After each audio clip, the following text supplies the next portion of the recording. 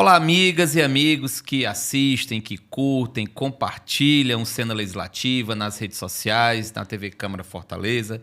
Estamos aqui iniciando mais um programa especial tratando do grande tema de 2026, que são as nossas eleições, as eleições estaduais, a eleição nacional. E claro que um espaço como esse, um espaço democrático, a gente não poderia se omitir, deixar de discutir um tema tão relevante. E o meu convidado de hoje é um jornalista que acompanha, que discute em várias plataformas, seja na rádio, na imprensa escrita, nas redes sociais. Ele está sempre se debruçando aí sobre o nosso cenário, principalmente o cenário político cearense, o meu amigo jornalista André Capiberibe. Primeiro, quero agradecer, André, você tirar um pouquinho do seu tempo.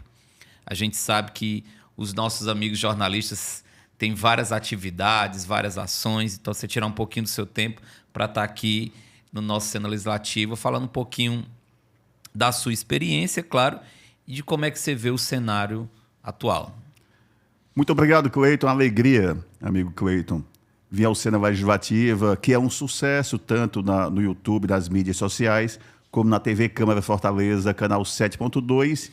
E a eleição chegou. E a gente acompanha.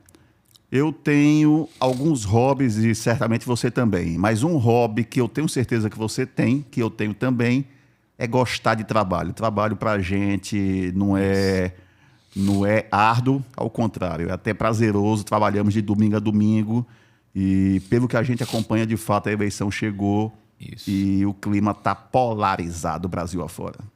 André, pegando aqui um histórico, né? Vamos pegar aqui os últimos 20 anos e pensando no Ceará. O que é que você consegue enxergar de grande mudança nas eleições do Ceará, se a gente pega esse recorte dos últimos 20 anos, em termos de debate, em termos de formato? O que é que você, a partir da sua experiência, né, como alguém que acompanha esse movimento, o que é que você percebe de grandes alterações aí? O formato mudou, né? O formato nas últimas eleições, nos últimos anos mudou, principalmente do que podia, do que não podia. Eu me lembro, garoto ainda, adolescente, início da idade adulta, mas que a gente se lembra, né, de camisas com nomes de candidatos, dos famosos showmícios. Quantos artistas já estiveram aqui no Ceará fazendo campanha para candidato A, candidato B? A forma de doação mudou, e isso é um grande debate. Se pode ainda... A questão da doação privada reduziu bastante, né? E hoje a doação é mais pública. Se, por um lado, teoricamente, bem teoricamente, você como sociólogo, como professor, como cientista político, conhece isso bem mais do que eu, com maior profundidade, mas que até que ponto a doação massivamente pública democratiza ou não a eleição, ou se fortalece o Caixa 2. Mas de fato mudou muito, né? E o chamado palanque eletrônico, né? O que é o palanque eletrônico? É rádio e TV. Antigamente era 1 hora, diminuiu bastante o tempo e mudou muito. As mídias sociais, essa meninada, essa garotada de hoje, os candidatos de 25, 30 anos, dominam as mídias sociais. Então, tempo de rádio e TV, não digo que seja insignificante, mas não é o mais importante. André, você citou agora aí a questão dos showmícios, das camisas, né? A gente percebe que ao longo do tempo a justiça eleitoral ela foi tentando disciplinar as campanhas para reduzir custos. Mas quando a gente vai pegar prestação de contas, quando a gente examina o cenário das campanhas, tanto no majoritário quanto no proporcional, a gente vê, André, campanhas cada vez mais caras. Cada eleição supera a anterior em termos de custo, né? Assim, tanto é que tem muito cidadão bem intencionado de vários partidos, né? de vários setores da sociedade que muitas vezes recuam da decisão de se candidatar porque quando começam a analisar o cenário em termos de custo de campanha, para você se aventurar nessa seara, a pessoa se assusta. Como é que você vê isso? um custo exorbitante, por exemplo, para o cidadão, a cidadã disputar uma vaga de deputado estadual, de deputado federal, cifras milionárias. Realmente assusta, né? Quando a gente vê, por exemplo, em algumas campanhas, um marqueteiro ganhando 20, 30, 40 milhões de reais, já assusta desde então, né? Então, teoricamente, um candidato proporcional, um candidato a deputado, a vereador, numa candidatura majoritária junto a esse candidato, leva bem mais vantagem do que um candidato que não tem tanta posse. E aí eu me lembro, que saudade do meu querido amigo Ricardo Palhano, né? Ricardo Palhano pai, jornalista Ricardo Palhano, que por tantos anos foi superintendente do jornal O Estado. Sim. E ele dizendo, né, que em toda campanha surgem alguns fenômenos, mas são poucos. É aquele candidato que tem algum atrativo dentro da sociedade, ou então aquele candidato, e eu até digo, até porque o Ricardo, não é sendo grosseiro, mas o Ricardo me disse isso algumas vezes e certamente disse a algumas pessoas. É aquele camarada que bota o abacaxi pendurado na cabeça ou no pescoço, ou seja, o diferente, né? Sim. O diferente. Não desmerecendo o nosso ex-deputado, que agora, inclusive, é pré-candidato, ou pelo menos se disse pré-candidato, a gente não pode dizer candidato, se diz pré-candidato a deputado federal pelo estado do Ceará, o Tiririca, né? Que foi eleito dizendo vote em mim porque pior do que tá não fica. É algo realmente que foge ao convencional. Isso.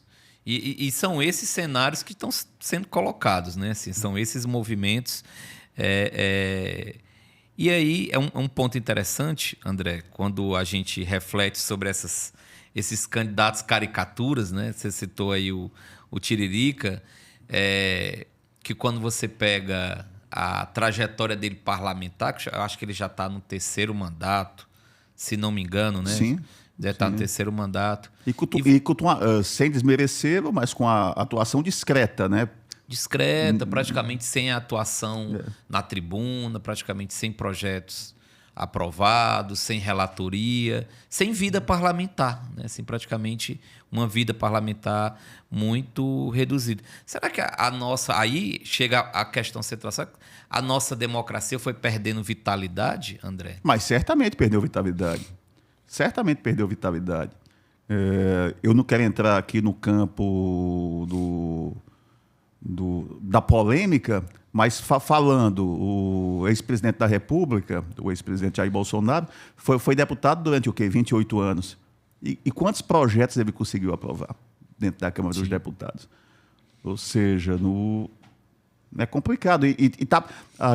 Passamos agora recentemente, né, estamos entrando no período da Copa do Mundo. Isso. Começou a Copa do Mundo. E durante a Copa do Mundo, o presidente da Câmara disse que não vai apresentar projetos importantes porque não vai ter quórum. Estamos chegando perto do período eleitoral, da oficialização do período eleitoral. E na mesma coisa, durante o período eleitoral, deputado federal e senador da República, a maior parte não vai querer votar em projetos polêmicos. Por quê? Por quê? Quer fugir da verdade junto ao eleitor? Claro que isso é uma perda de musculatura. Não tem como não ser. Isso. André, você citou, dentre essas mudanças nos últimos tempos, você citou a questão da plataforma, das redes sociais. E a gente vê, se a gente for pegar as campanhas, você vê cada vez mais candidatos, ao invés de apresentarem bandeiras, pautas, temas, uma busca desenfreada por lacrar na internet, nas redes sociais, que faz uma frase de efeito, entra naquela brincadeirinha das trends, né, de entrar ali no circuito do momento, mas não debate os problemas reais de uma sociedade extremamente complexa. A gente vive uma série de crises e problemas muito graves em todos os setores, né? Como é que você vê isso? Assim, ou seja, candidatos e nomes, pessoas que poderiam utilizar esse espaço, gente que tem milhões de seguidores e para jogar luz sobre um determinado problema, mas preferem ali fazer deboche ou lacração e não entram no cerne da questão. É triste e perigoso ao mesmo tempo, né? E principalmente essa questão da lacração junto a esse eleitorado, a essa população de eleitorado a mais jovem, dos 16 aos 26, 28, 30 anos, e aí tem que fazer uma pesquisa que o número desse eleitorado, mas certamente é um eleitorado expressivo, né? E que o debate perde, né?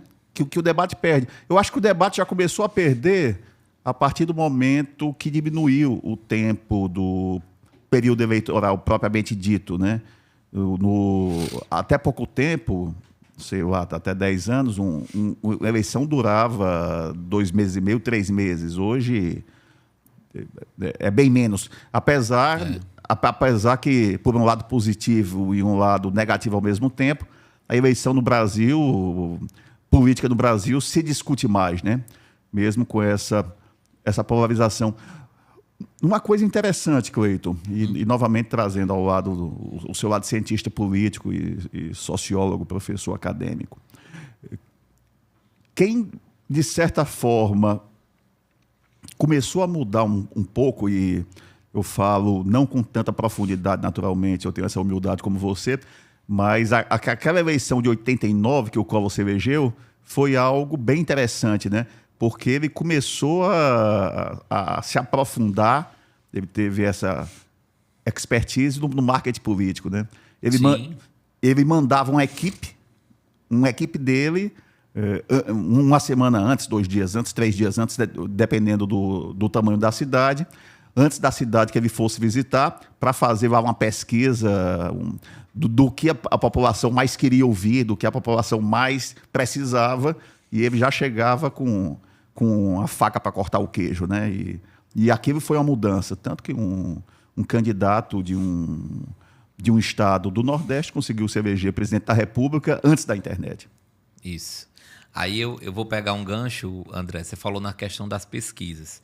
E quem está nos assistindo acompanha nesse momento uma profusão de pesquisas. Tem dia que a gente vê 3, 4 pesquisas sendo publicadas, anunciadas, às vezes de institutos de pesquisa que a gente não conhece, ou que conhece pouco, ou que foram recém-lançados, e aqueles números são desdobrados da forma que aquele que está publicando quer. Existe um grupo do outro lado querendo proibir a divulgação dessas pesquisas. Como é que você vê esse cenário dessas pesquisas, desse momento das pesquisas eleitorais?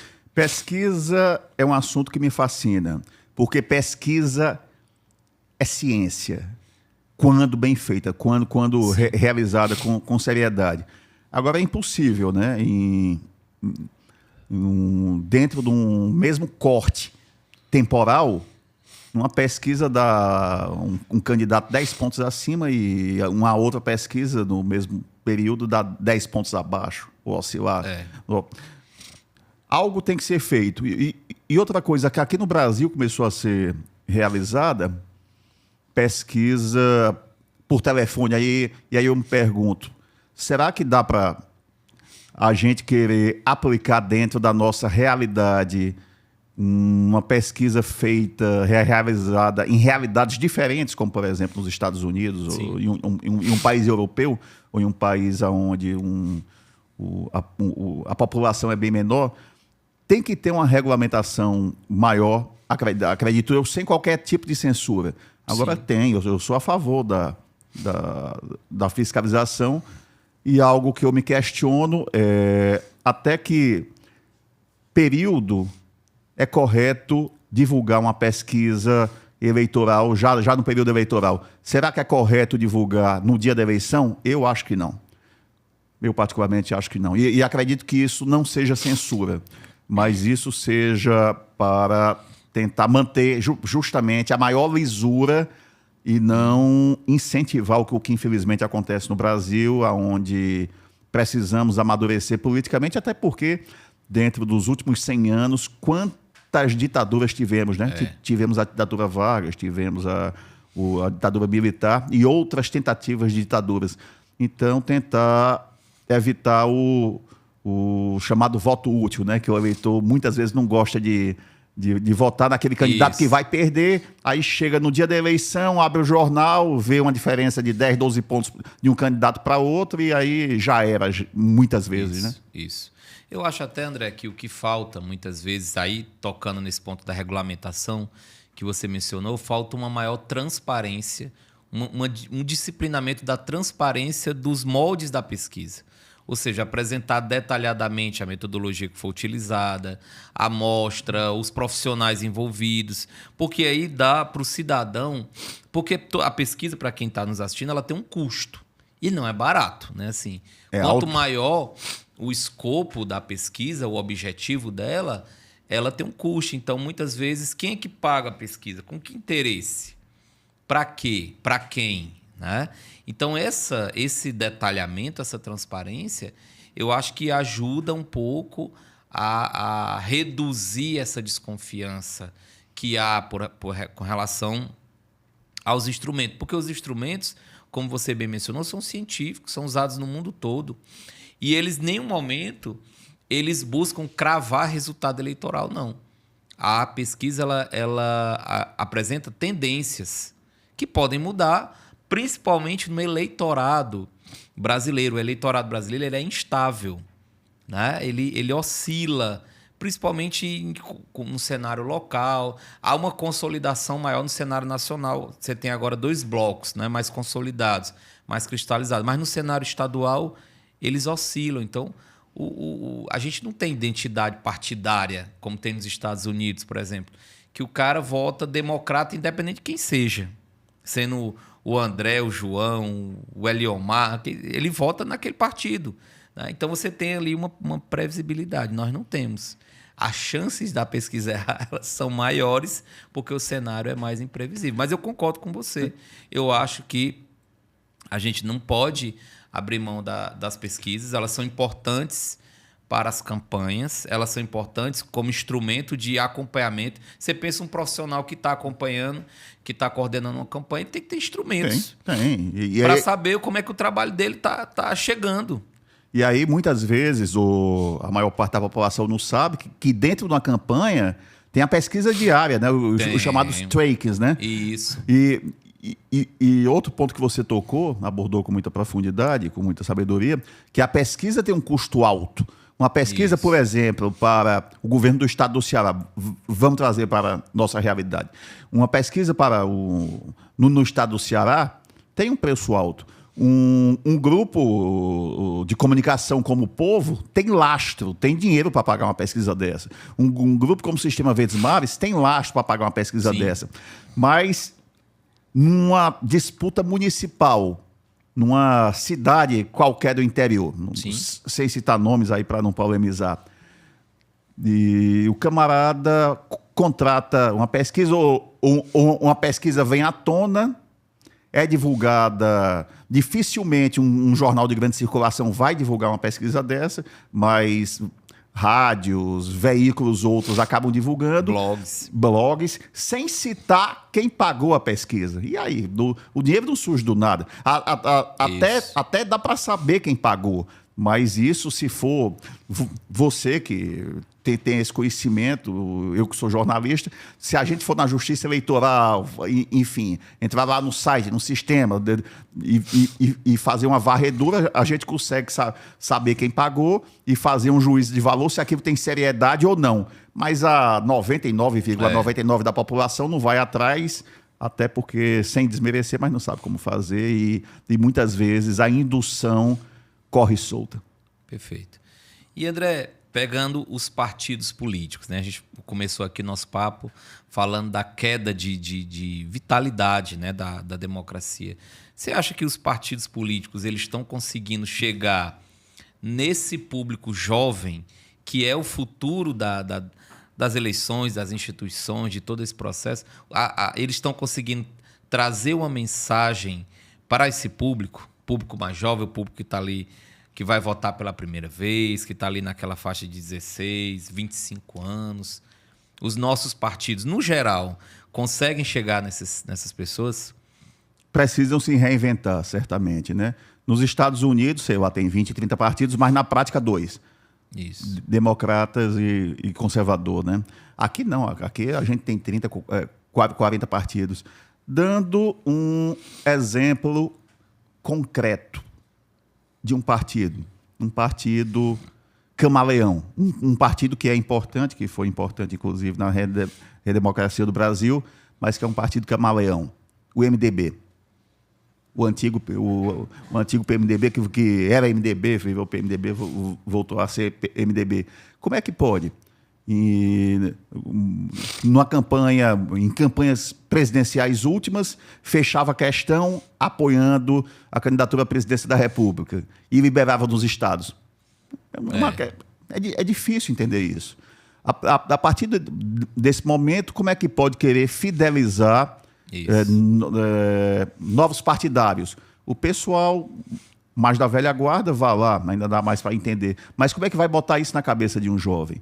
Então, tem que ter uma mudança, se repensar isso aí, o número de partidos que existem no Brasil, né? Tem partido para tudo que é direito e é complicado. Então, realmente fica, ao meu ver, difícil essa fidelização partidária. Perfeito. André, a gente está chegando aqui ao fim do nosso programa. Quero agradecer as suas considerações, observações, que foram muito mais do que das eleições de 2026, foi do contexto, da estrutura do nosso sistema político, da nossa democracia, a partir da sua experiência, da sua visão, e deixar as suas palavras finais. Não, eu que agradeço, né? Eu que agradeço e uma honra, um prazer estar aqui contigo, Cleiton. É isso. Esse foi o nosso Cena Legislativa de hoje. Vejo vocês no nosso próximo programa.